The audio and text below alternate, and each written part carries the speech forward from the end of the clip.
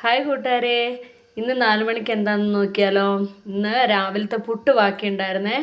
അപ്പം അത് പുട്ടായിട്ട് കഴിക്കാൻ ഇച്ചിരി തണുത്തൊക്കെ പോയല്ലോ.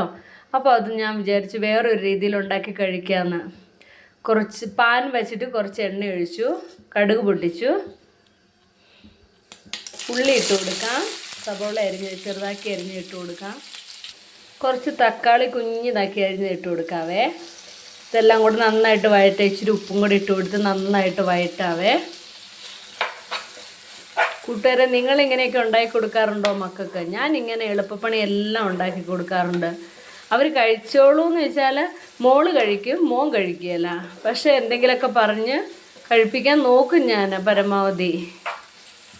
കുറച്ച് ഗരം മസാലപ്പൊടി ഇടാം, കുറച്ച് മീറ്റ് മസാലപ്പൊടി ഇട്ട് കൊടുക്കുന്നുണ്ട്. നന്നായിട്ട് ഇളക്കി കൊടുക്കാവേ.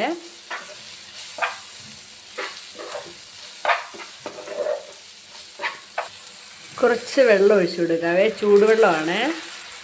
ഇനി നമുക്ക് പൊടിച്ച് വെച്ചിരിക്കുന്ന പുട്ടിട്ട് കൊടുക്കാവേ. ഇത് നന്നായിട്ട് ഇളക്കി കൊടുക്കാം. ഇത്രയേ ഉള്ളൂ, എളുപ്പത്തിനൊരു എന്താ പറയുക, ഡിഷ് തയ്യാറായി. പേരൊന്നുമില്ല, ഇത്രയൊക്കെ ഞാനിങ്ങനെ ഉണ്ടാക്കി പിള്ളേർക്ക് കൊടുക്കാറുണ്ട്, അവർ കഴിക്കാറുമുണ്ട്. കഴിച്ചു നോക്കിയാലോ.